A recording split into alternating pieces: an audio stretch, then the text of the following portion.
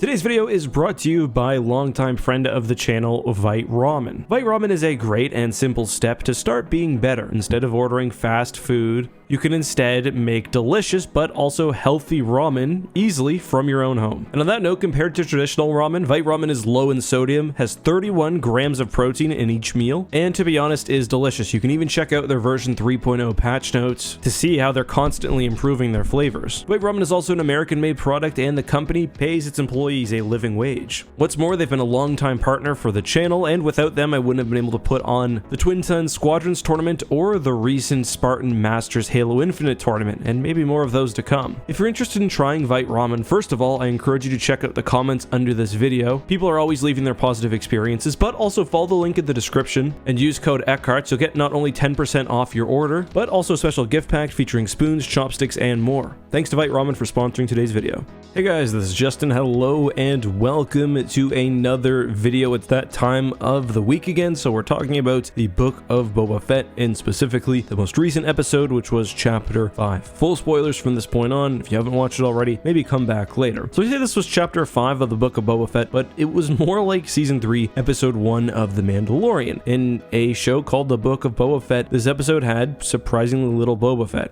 i.e. none at all. That being said, it was still a phenomenal episode, though I have to admit I'm having a little bit of trouble sort of squaring it in my head. The episode itself was so good, but with now only 2 episodes left in the season, I kind of wonder whether they've done themselves a bit of a disservice moving away from the plot for 50 minutes. And again, this is notwithstanding the fact that this was a very, very good 50 minutes of TV. So the episode, of course, starts off with Din Djarin sometime after the events of Season 2, and he's in a bit of a tough go. He's struggling both mentally and physically with his new life. He can't really get the Darksaber down. He injures himself in the first fight we see him in, and mentally / emotionally, he's trying to figure out where he fits in the galaxy. He doesn't have Grogu anymore. Is he doing the right thing? And we also see him return to his Mandalorian sect, even knowing that they're a little bit loopy. I do really like what they're going for here. The idea that the Mandalorian doesn't want to be away from his son. We spent all of Season 2 with the Mando trying to get him back to his people, and the idea that the prequels and other media present that parents just willingly give up their children and that it's not usually a big deal isn't one that's really dug into enough in the lore, I think. This is a much more realistic depiction, I will say as a dad, of a father trying to deal with the conflict between wanting what's best for their kid and wanting to be with their kid. So yeah, that was one thing I really appreciated about this episode. At the beginning, I also thought the choreography and the action was really spot on as well. I just thought I would mention that. Then of course the oh shit moment for me was the reveal of the ring world. This was amazing. Sort of wondering whether they had to shave off budget for earlier episodes, but the depiction of this ring in Star Wars was super impressive. Not just on a macro scale, but the little details, the train systems running through the ring's surface, the underside. It was all really great. Some people are making the obvious comparison to Halo, but to me this fits Star Wars so well because it reminds me of Larry Niven in the Ringworld series of the early 1970s. I think there was a clear reference to that, for example, with how the lighting moved across the face of the ring, and also just the general colors used. It had a very 1970s sci-fi book cover vibe, which I just thought was super great and just fits the era in the universe so well. This location, which I believe is called Glavis based on the credits, is hopefully used in future works. It just seems like there's a lot of opportunity to make cool stories here.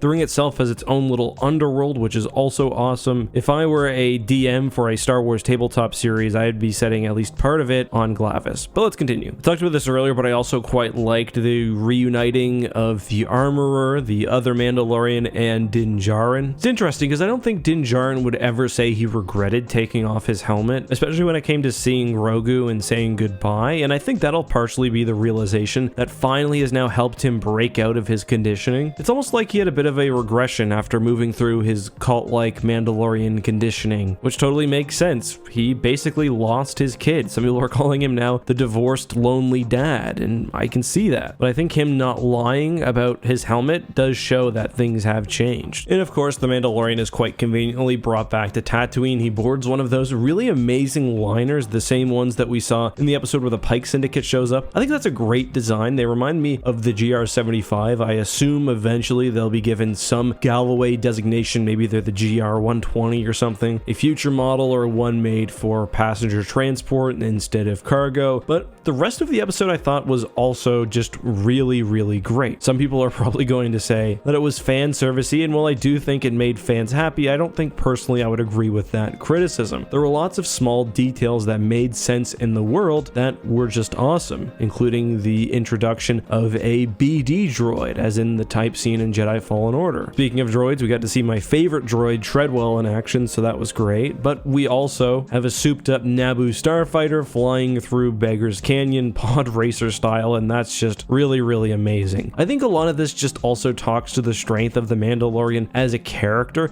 It's pretty incredible that they've introduced somebody outside of the movies without any sort of force powers, and arguably he's now outstaging Boba Fett in his own show. I did think pretty much everything about Peli Motto was a whole lot of fun in this episode. Her shop is always very lighthearted. It's nothing too serious going down usually when you're spending time with her, and just the image of them restoring that N1 fighter and souping it up was pretty cool. The actual flight scene itself was also great. We don't usually get that sense of speed in Star Wars, nor do we see, strangely enough, starfighters actually leaving the planet's atmosphere and going straight into space. Again, it blows me away that these shows are able to make scenes this high quality on a weekly basis. But taking us to the end of the show, I am kind of wondering, what does this mean for the rest of the season moving forward? I will say I really liked this episode, but it wasn't my favorite of the season. I think I probably liked the second more. And I'm a little bit worried about how everything is going to meaningfully be wrapped up in 2 episodes, but I think this show, as well as the showrunners generally, have definitely earned the benefit of the doubt. So that's my short thoughts on today's episode. Because we are running a little bit faster than normal, I will take a second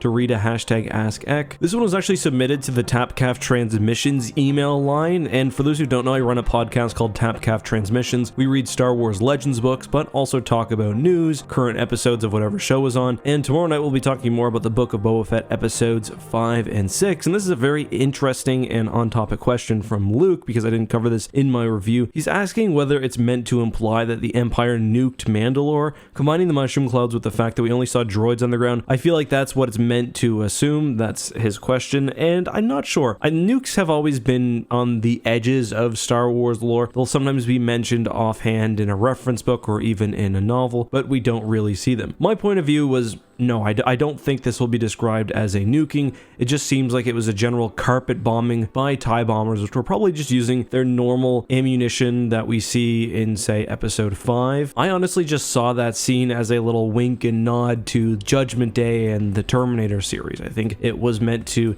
aesthetically invoke that, but I don't necessarily think that that's why there were only droids there. I think those security droids are just scary, but the radiation in the nuking theory is a good one as well, so I'll put the question to the audience. Do you guys think this was meant to be nuclear ordnance, or was this just ordinary TIE bombers dropping ordinary TIE bombs? Let me know that and more, as well as any future questions you'd like me to answer, and your general thoughts on the episode in the comments below. The baby on my lap is about to start snoring, so I'm going to cut this episode off here. Till next time, guys, have a good one, be safe, and may the Force be with you.